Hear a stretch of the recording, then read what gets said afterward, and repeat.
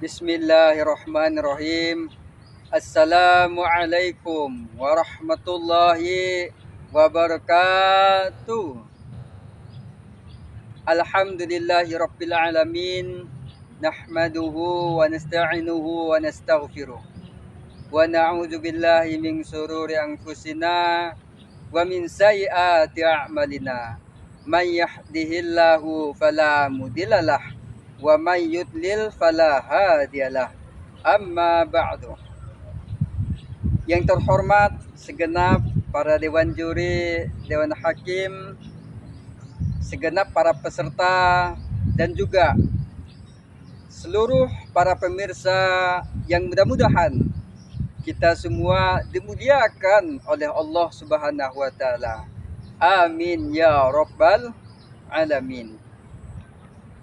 Pertama-tama dan paling utama, marilah kita senantiasa mengucapkan syukur kepada Allah Subhanahu wa taala atas limpahan kenikmatan iman, Islam serta nikmat sehat walafiat sehingga kita bisa dipertemukan secara online pada kesempatan kali ini.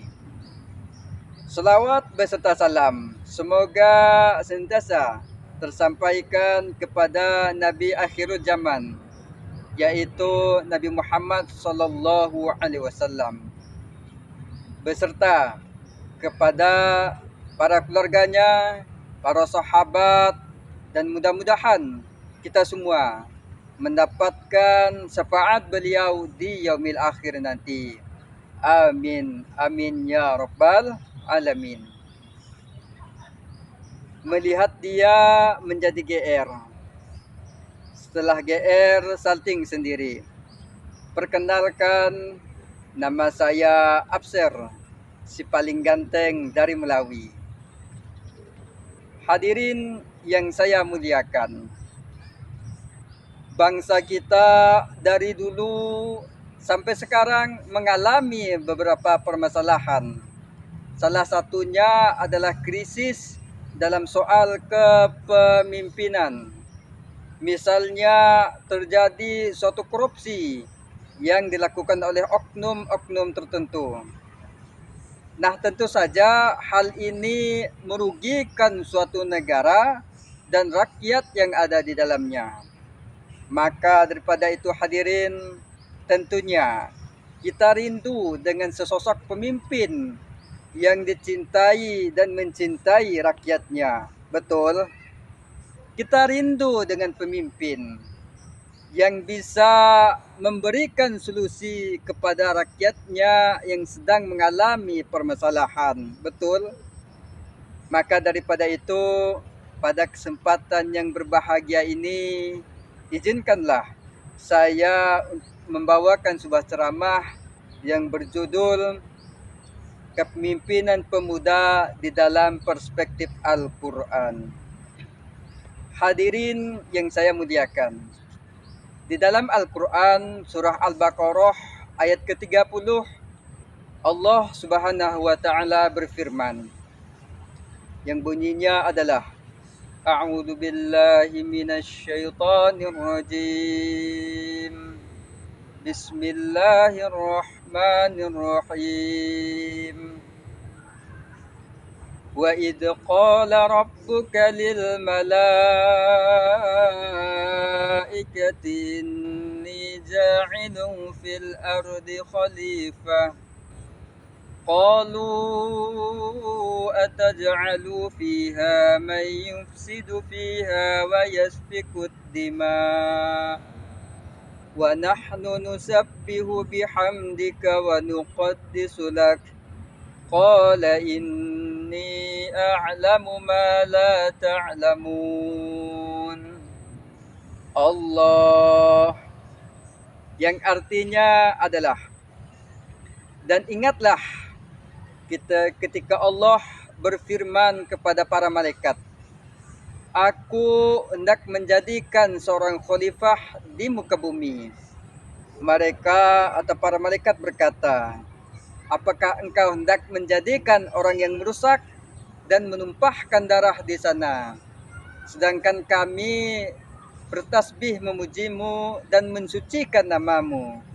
Dia atau Allah berfirman, sesungguhnya aku mengetahui apa yang tidak kamu ketahui.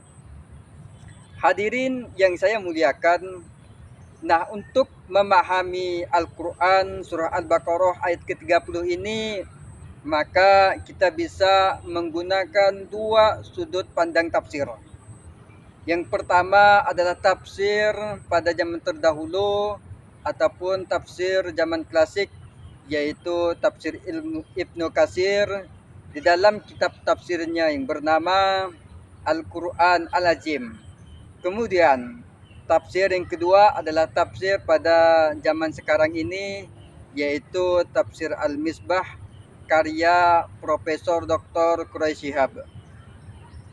Nah, di dalam kedua kitab tafsir ini, di dalam menafsirkan Al-Quran surah Al-Baqarah ayat ke-30, maka setidaknya bisa kita pahami dua hal. Yang pertama, setiap individu yang ada di muka bumi ini hakikatnya adalah seorang pemimpin.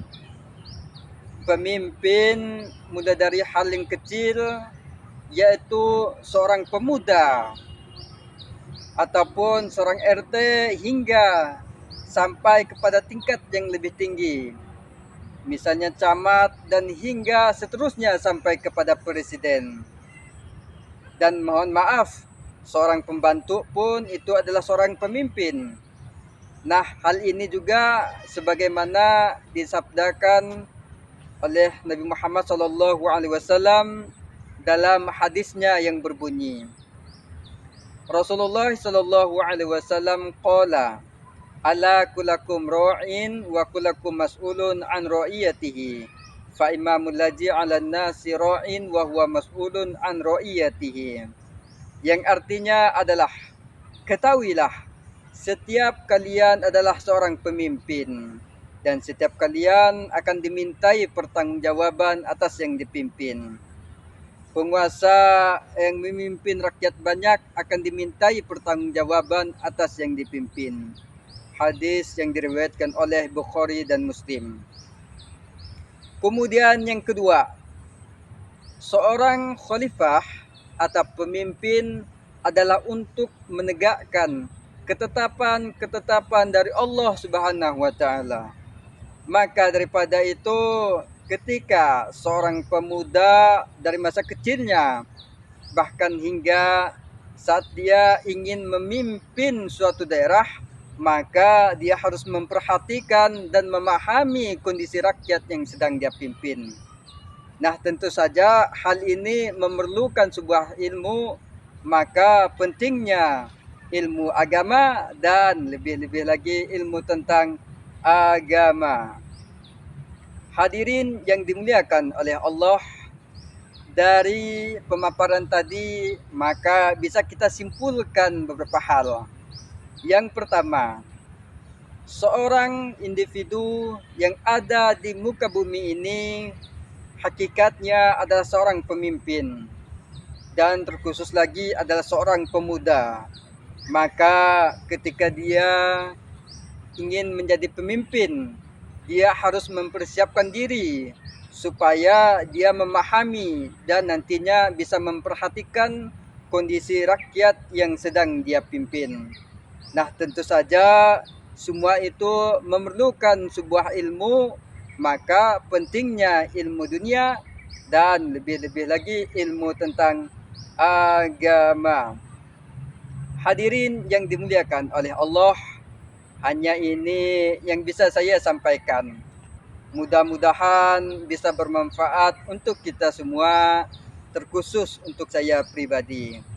Jadi mohon maaf atas segala kesalahan dan kekilafan, dan terima kasih atas segala perhatian. Wabillahi taufiq wal hidayah, waridho wal inayah, wal afwu minkum. Wassalamualaikum warahmatullahi wabarakatuh.